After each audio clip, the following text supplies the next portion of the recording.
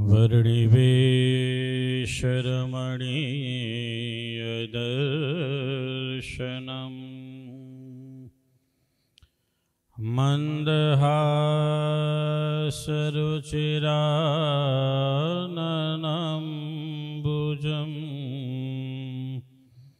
पूजितं सुरनरोत्तमेरमुदा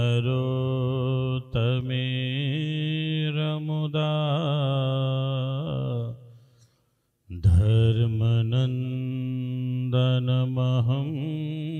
विचिन्तये। ॐ श्री स्वामिनारायणाय नमो नमः। श्री हरिकृष्णाय घनश्यामाय नमो नमः। ॐ श्री अवतारिणे पूर्णपुरुषोत्तमाय नमो नमः। श्री स्वामिने नमो नमः। सहजानंद स्वामी महाराजनी जय।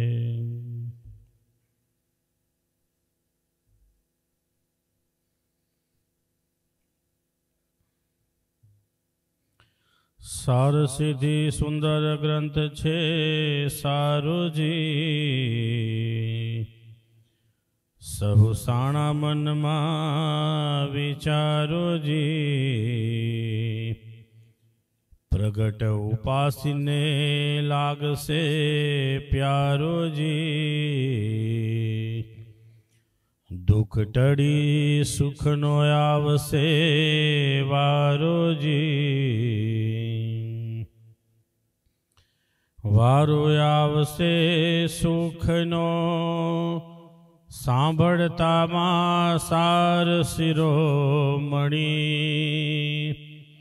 प्रीत थासे प्रभु प्रगट मा घनश्याम माई घणी घणी।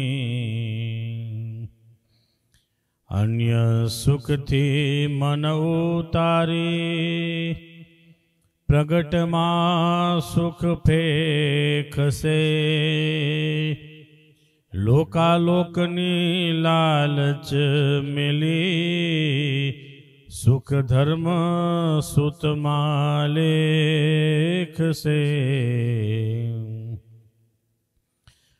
जगत सुख अभावनी जुगती अति कही छे जो कथी कथी। समझा सरखी सुलभ छे वात अति रति ऊंडी नथी। वैराग्य भक्ति धर्मनी वात सारी पेठे सोचवी। ज्ञाननी थोड़ी घणी चौकसपणे चोखी चवी। असंत संतनी वार्ता तेह पण कांईक कही छे। सांगो पांग समझवा घणी घणी ग्रंथो मां रही छे। सार सार शोधी कह्यो जे जाणा मारे आवियो। तेह तेह तपासी तने मने कांईक कांईक काव्यो। मुमुक्षुने मगन करवा आमा वात छे विध विधनी। नथी छानी छे वात छती प्रभु प्रगट प्रसिद्धनी। खरा खपवाड़ा ने खोड़ता માનો વાત આવી તે મળે નહીં, ત્યાર તર છટતાંદુલા કરી દીધા છે સુંદર લઈ. આ ગ્રંથ ગાશે સુણશે, ઋષિમાં કહ્યું એવી રીતે, નિષ્કુળાનંદ એ નરના ઉઘડશે ભાગ્ય અમિત.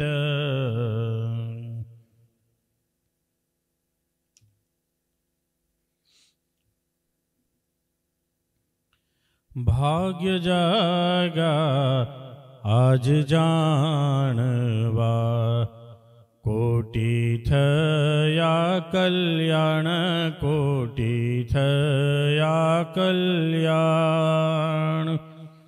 ઉધારો ન રહ્યો એ હનો, પાયમાં પ્રભુ પ્રગટ પ્રમાણ, પાયમાં પ્રભુ પ્રગટ પ્રમાણ. ભાગ્ય જાગરે આજ જાણવા,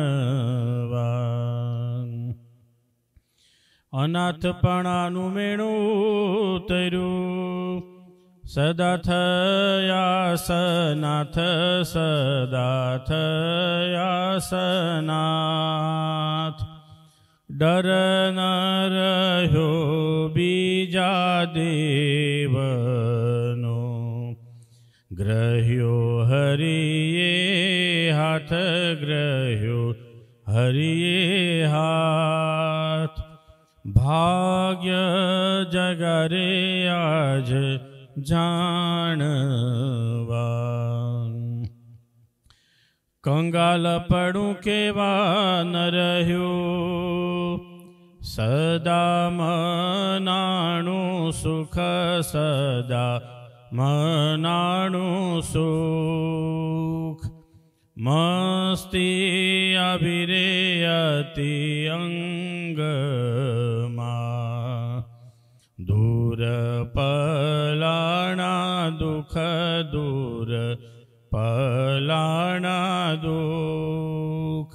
ભાગ્ય જગરે આજ જાણવા, અડસમજણ અડગી થઈ, સમી સમજાણી વાત, સમી સમજાણી વાત. પાપડા સર્વે પરાપડા, મળ્યા શ્રી હરિ સાક્ષાત, મળ્યા શ્રી હરિ સાક્ષાત. ભાગ્ય જગરે આજ જાણવા, કસર ન રહી કોઈ વાતની, પાયમાં પ્રભુ પ્રગટ પ્રસંગ, પાયમાં પ્રભુ પ્રગટ પ્રસંગ. ખોટ મટીને ખાટ થઈ, રહી ગયો છે રંગ, રહી ગયો છે રંગ. ભાગ્ય જગરે આજ જાણવા, ભૂદર મળતા ભલું થયું, ફેરો ફાયવો યાવાર, ફેરો ફાયવો યાવાર. સુખ તણી સીમાસી કહું, મને મોદય પાર, મને મોદય પાર. ભાગ્ય જગરે આજ જાણવા, આજ આનંદ વધામણા, હૈયે હરખન માયા, હૈયે હરખન માય. અમળતી વાત તે આવી મળી. સી કહું સુખની સીમાય, સી કહું સુખની સીમાય. ભાગ્ય જગરે આજ જાણવા. આજ અમૃતની એલી થઈ, રહી નહીં કાંઈ ખોટ, રહી નહીં કાંઈ ખોટ. એક કલ્યાણનું ક્યાં રહ્યું, થયા કલ્યાણ કોટ, થયા કલ્યાણ કોટ. ભાગ્ય જગારે આજ જાણવા. રાખપણું તો રહ્યું નહીં, કોઈમાં કેશો કંગાલ, કોઈમાં કેશો કંગાલ.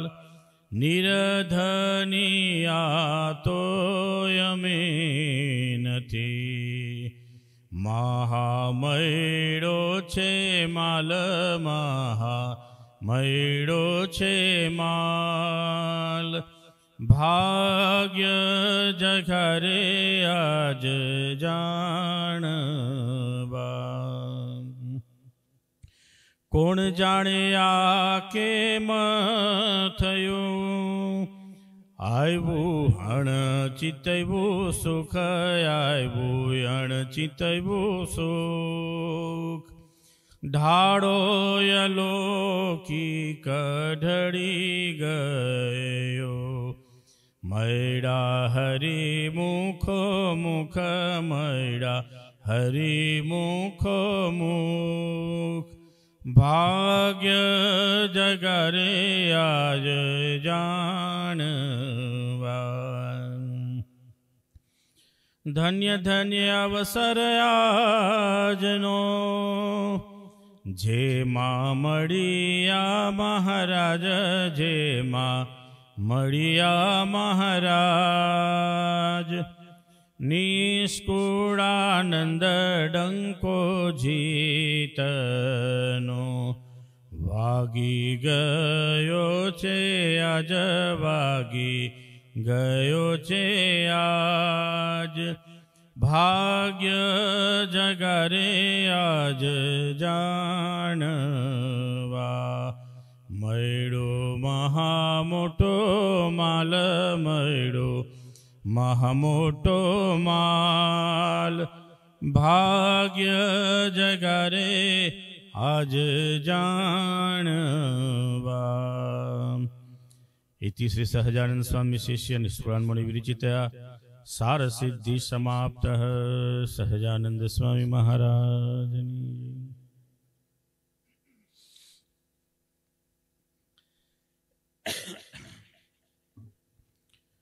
સારનો સાર એ ભગવાન. सुरपुर नूरपुर नागपुर ये तीन में सुख नाही, कहाँ सुख हरि के चरण में, कहाँ सुख संतन के माए. निष्कुळानंद स्वामी की आ सार सिद्धि अंदर धर्म ज्ञान वैराग्य भक्ति ए बधानी बात करी छे. ए बधानो जो सार होय काई तो धर्म सुत घनश्याम छे.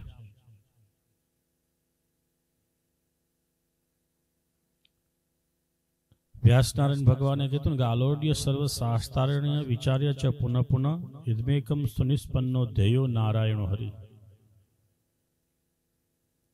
भगवानना चरण सिवाय बीजो कोई सार नहीं,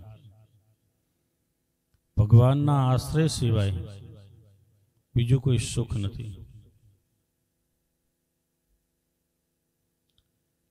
गमे एटलो सार होय एनु सार एक भगवान है. आ जगतना करता हरता नियंता भगवान है. एम जे समझवू અને ભગવાનનો દ્રઢ આશ્રય કરવો એ સારમાં સાર છે. એ સાર હાથમાં આવે તો સાર સિદ્ધિ સિદ્ધ થાય. ભગવાનને ઓળખાણ થાય, ભગવાન જેવા છે એવા જણાય, એ સાર છે. આ મનુષ્ય દેહનું દુર્લભમાં દુર્લભ વસ્તુ છે, પણ એ મનુષ્ય દેહ કરીને જે પ્રાપ્ત કરવાનું છે એ અતિ દુર્લભ છે. અનંત જન્મ થયા છે, થાય છે ને થશે, પણ જે પામવું છે, જેને મેળવા છે, જેને મેળવવા છે, એ સાર ભગવાન છે. છેલ્લે નિષ્કુળાન સામે કીર્તન લખ્યું, ભાગ્ય જાયગા રે આજ જાણવા, કોટી થયા કલ્યાણ, ઉધારો ન રહ્યો કોઈનો, એવો મળ્યો છે મહામાલ. જ્યારે ભાગ્ય જાગે ત્યારે આવો સત્સંગ પ્રાપ્ત થાય છે. ત્યારે આવા ભગવાન અને આવા સાધુ ભગવાનના ભક્ત, તેનો યોગ થાય છે. અનંત જન્મના જ્યારે પુણ્ય ઉદય થાય ત્યારે આપણને પ્રાપ્ત થાય છે. 84 લાખ જાતની અંદર આપણે જન્મ ધારણ કર્યા હશે. એ જન્મની અંદર ક્યારે પણ ભગવાનની પ્રાપ્તિ નથી થઈ. એ ભગવાનની પ્રાપ્તિ તો આ મનુષ્ય દેહ કરીને થાય છે. ભગવાને માણસનો દેહ એવો નિર્મિત કર્યો છે, જે અર્થ સાધવો હોય એ અર્થ સાધી શકાય છે, જે પ્રાપ્ત કરવું હોય એ પ્રાપ્ત કરી શકાય છે, જેને સિદ્ધ કરવું એ સિદ્ધ થઈ શકે. પણ એના માટે એક નિશાન હોવું જોઈએ.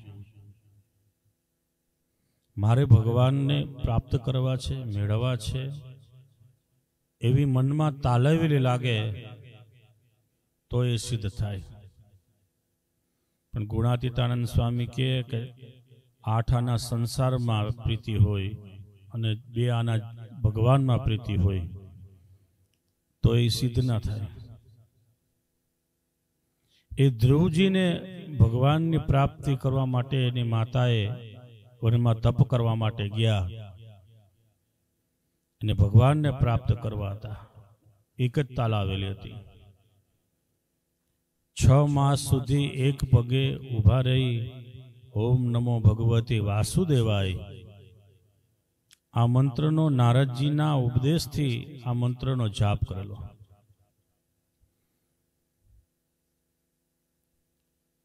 એ મંત્રના જાપથી ભગવાન એને પ્રગટ દર્શન દીધા.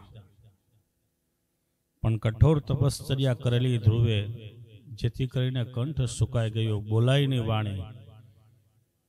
ભગવાને પોતાનો પંચજન્ય શંખ ધ્રુવના ગળાની અંદર ફેરવ્યો અને વાચા ફૂટી. 4 વેદની સ્મૃતિ થઈ. પણ શું હતું? દ્રઢ નિશ્ચય કે ભગવાનને પ્રાપ્ત કરવા છે, ભગવાનને મેળવવા છે. એમ જો એક સાર, એક સિદ્ધાંત નક્કી હોય કે આ મનુષ્ય દેહ કરીને ભગવાનને પ્રાપ્ત કરવા છે, ગમે એમ થાય દેહનું, પણ ભગવાનની પ્રાપ્તિ કરવી છે, એવો દ્રઢ જો એક નિશ્ચય થાય, નક્કી થાય, તો એ ભક્ત ભગવાનને જરૂર પ્રાપ્ત કરે છે. પ્રહલાદજીનું આપણે આખ્યાન સાંભળીએ છીએ. પોતાની સાવકી માના બેણાથી સુનીતિ માતાના ઉપદેશથી કે આ તો રાજ્ય છે, તુચ્છ છે, નાશન છે, તારા પિતાજીનો ખોળો છે, એ તો મૃત્યુ પામવાનો છે ક્યારે ત્યારે, પણ અખંડ અવિનાશી પદ તો ભગવાનની પ્રાપ્તિ છે. માતાના ઉપદેશથી પ્રહલાદજી ભગવાનનું ભજન તપ કરવા ગયા. ગુણાતીતાન સ્વામીએ વાતોમાં લખ્યું, પ્રહલાદજીએ 6 માસ સુધી ભગવાન સાથે યુદ્ધ કર્યું, પણ ભગવાન જીતાણા નહીં.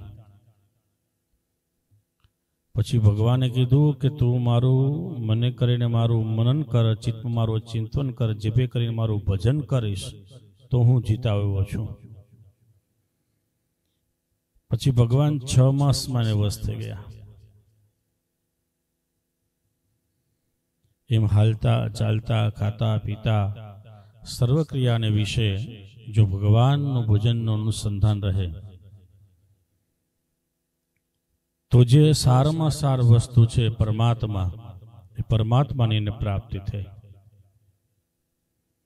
નકર અનંત જન્મ ધર્યા છે, અનંત જન્મ ધરશું, પણ ક્યારેય પણ ભગવાનની પ્રાપ્તિ થઈ નથી, ભગવાન મળવાના નથી.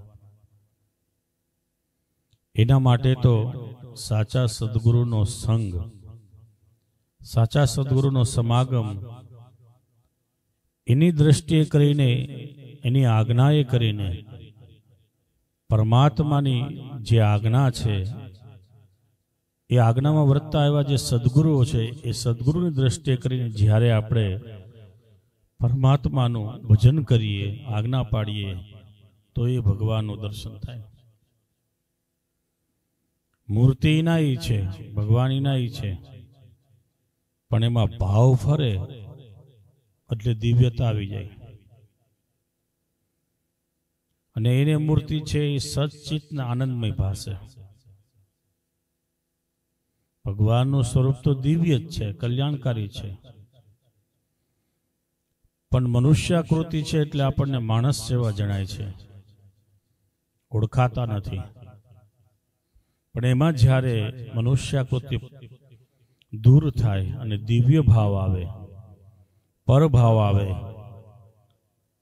દેખાય છે માણસ જેવા પણ અનંતના કલ્યાણ કરનારા છે, સામર્થ્ય યુક્ત છે, તો એ ભગવાનની પ્રાપ્તિ એ ભક્તને થાય છે. જેવા છે એવા જાણ્યા વિના, ઓળખા વિના ભગવાન ભેગા રહેતા હોય તો પણ ભગવાન ઓળખાય નહીં. સાધુ ભેગા રહેતા હોય, ભગવાનના ભક્ત ભેગા રહેતા હોય, એકાંતિક હોય, ભગવાનને ધારે રહેલા હોય, તો પણ આપણને ઓળખાતા નથી, કારણ કે માણસ જેવા લાગે છે. એ મનુષ્યાકૃતિ ટળે અને એમાં દિવ્ય ભાવ થાય તો એને મૂર્તિ છે આનંદરૂપ પાસે, સુખરૂપ પાસે. કારણ કે આપણી ગુણી હાલે છે, ચાલે છે, ખાય છે, પીવે છે, સૂવે છે, દેહની જે સર્વક્રિયા આપણે કરીએ છીએ એને વિશે કામ, ક્રોધ, લોભ, શ્વાસ ને માન બધી પ્રકૃતિ હોય, પણ એ પ્રકૃતિથી પર વર્તતા હોય. એ પંચ વિષયનું ગ્રહણ કરતા હોય તો પણ એ ઇન્દ્રિય દ્વારા જ ગ્રહણ કરતા હોય, પણ એનું ગ્રહણ કરવું અને આપણું ગ્રહણ કરવું બે અલગ છે. મહારાજ કે અમને જે ભગવાનના ભક્ત પદાર્થ, અલંકાર, અંગીકાર કરીએ છીએ એ ભક્તના સુખને અર્થે કરીએ છીએ, અને જો અમે ભક્તના સુખને અર્થે ન કરતા હોય તો અમે રામાનંદ સ્વામીના સમ છે. આ મનુષ્યાકૃતિ છે, પણ એને પદાર્થ એ ભક્તના સુખને વાસ્તે ગ્રહણ કરતા હોય, અને આપણે જ્યારે ગ્રહણ કરતા હોય ત્યારે ઇન્દ્રિયોને સુખ થાય એ વાસ્તે ગ્રહણ કરતા હોય, એ માટે ભોગવતા હોય. એ બે ક્રિયાઓને જે ઓળખે છે, જાણે છે, એ કલ્યાણને માર્ગે ચાલ્યો છે. ઓળખવું, ઓળખાણા પછી એની અનુવૃત્તિમાં રહેવું, એની આજ્ઞામાં રહેવું બહુ કઠણ છે. મને ભગવાન ઓળખાણા છે, સાધુ ઓળખાણા છે, પણ ઓળખાણા પછી પણ જેવા છે એવા જાણવા, એની આજ્ઞા અને અનુવૃત્તિમાં રહેવું એ કઠણ છે. આપણે બધાય કહીએ છીએ ભગવાન સ્વામિનારાયણ ભગવાન છે, સર્વોપરી છે, સર્વ કરતા હર્તા છે, પણ એની આજ્ઞા, એના નિયમો કેટલા પડાય? એની ઈચ્છા શું છે? એ શિક્ષાપત્રે આપણને આપી 212 શ્લોક, એ પ્રમાણે આપણે વર્તીએ છીએ. વચનામૃતમાં કહેલી જે ઉપાસના, નિશ્ચય, ધર્મ, જ્ઞાન, વૈરાગ્યની જે ભગવાને વાત કરેલી છે, અમૃત વચનો જે ભક્તોને સંતોને કહ્યા છે, એ પ્રમાણે આપણે જીવન જીવી શકીએ છીએ.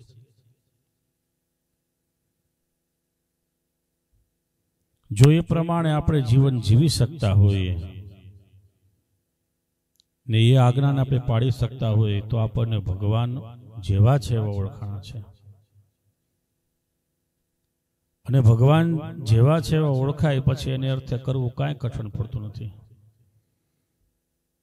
જેમ સંસારની અંદર પોતાના દીકરા, દીકરી, કુટુંબ, પરિવાર માટે કાંઈ કરવું કઠણ પડતું નથી. વ્યાજે, ઉછીના, આડાહોરા કરીને, ગમે તેમ કરીને, સિંગામેળ કરીને પણ પૂરું કરીએ છીએ. કારણ કે એનો મહિમા સમજાણો છે.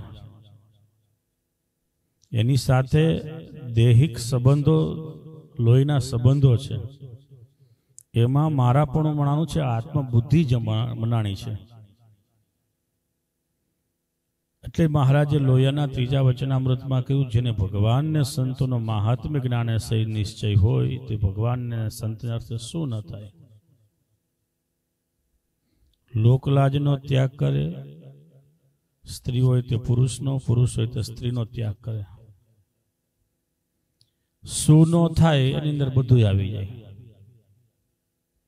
જે આજ્ઞા કરે ને એ આજ્ઞા થાય. આપણે કાલે જ વાત કરીને કે 18 પરમહંસને કાગળ લખ્યો મહારાજે, ખાલી ચીઠી, કે જે કામ હોય એ કામ પડતું મૂકી અને હાલી નીકળજો.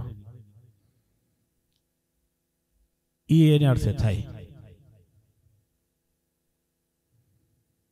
જેવા છે એવા જણાય, જેવા છે એવા ઓળખાય, પછી એને અર્થે કરવું કાંઈ કઠણ પડતું નથી. દેહ સાજો હોય તો ભલે, માંદો હોય તો ભલે, સ્વસ્થ હોય તો ભલે, એને રાજી કરવા માટે એની જે ઈચ્છા છે એ જ પોતાનો પ્રારબ્ધ સમજી એની અનુવૃત્તિમાં ટૂંકટું થઈને વર્તે. રામાનંદ સ્વામીના દર્શનની નીલકંઠ બ્રહ્મચારીને તાલાવેલી હતી. રામાનંદ સ્વામીએ ભુજથી ખાલી પત્રમાં એટલું જ કહી મૂક્યું, જો સત્સંગમાં રહેવાનો ખપ હોય તો થાંભલાને બાથ ભરીને રહેજો, મુક્તાનંદ સ્વામીની આજ્ઞામાં રહેજો.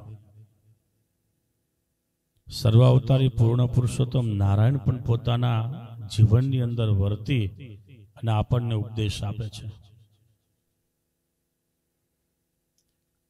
મોટી મોટી નદીઓ, પહાડો, જંગલોમાં મહારાજ વિચરણ કર્યું છે, તો એને આ ખાડી, સમુદ્રની ખાડી શું નડે? ઘૂઘવતી નદીઓમાં મહારાજ ઠેકડો મારી નીકળી ગયા છે. એ સરજુ નદીની અંદર રાક્ષસે ઘા કરીને નાખી દીધા તો મહારાજને કઈ બાદ નથી આવ્યો, તો આ ખાડી એ બાદ શું આવે? પણ અનુવૃત્તિમાં રહી મુક્તાનંદ સ્વામી કીધું કે સ્વામીની આજ્ઞા વગર આપણે ભુજ દર્શન કરવા માટે ના જવાય.